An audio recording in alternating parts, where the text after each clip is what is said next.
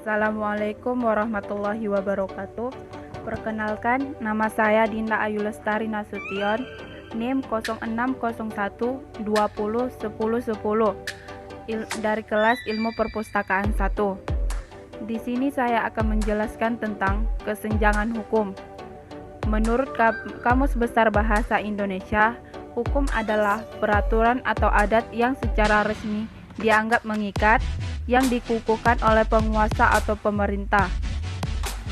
Sedangkan pengertian kesenjangan hukum adalah suatu keadaan atau kondisi yang tidak seimbang dalam kehidupan sosial masyarakat, baik individu maupun kelompok, di mana terjadi ketidakadilan atau ketidaksetaraan distribusi hal-hal yang dianggap penting dalam suatu masyarakat.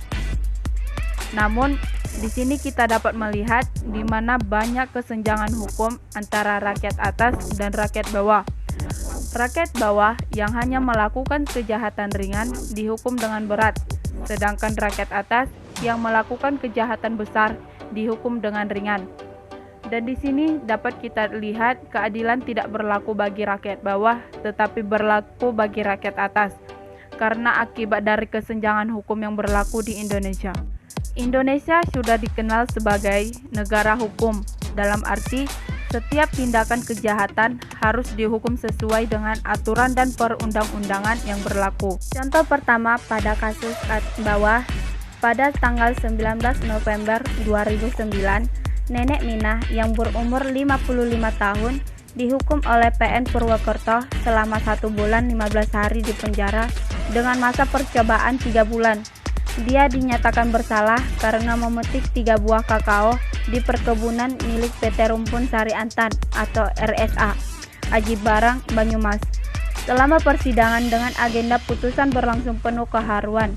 Bahkan Ketua Majelis Hakim Muslih Bambang Lukmono SH terlihat menangis saat membacakan vonis. Contoh kasus yang kedua bermula pada 15 Februari 2008.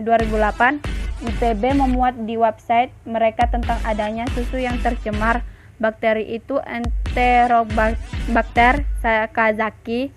Namun, pemerintah tidak membuka nama-nama merek tersebut. Lantas, salah seorang masyarakat, David Tobing, menggugat pemerintah atas sikap dia tersebut. Pada 26 April 2010, Mahkamah Agung memerintahkan Menteri Kesehatan mengumumkan ke publik nama-nama merek susu formula bakteri tersebut. Bukannya mematuhi perintah MA, Menteri Kesehatan selalu berkelit. Meski kasus ini juga telah masuk ke parlemen, hingga saat ini Menkes tetap bungkam. Dari 2 kasus tersebut dapat kita lihat bahwa kesenjangan hukum sangatlah tidak adil bagi rakyat bawah. Seakan-akan hukum itu tajam ke bawah, tumpul ke atas. Untuk mengatasi kesenjangan hukum adalah pemerintah Indonesia, khususnya para aparat hukum seharusnya melakukan tugasnya dengan baik dan benar, serta selalu berlandaskan pada moral dan etika yang berlaku dalam masyarakat. Apabila kedua hal tersebut sudah terpenuhi, maka diharapkan penegakan hukum di Indonesia dapat terjadi secara adil.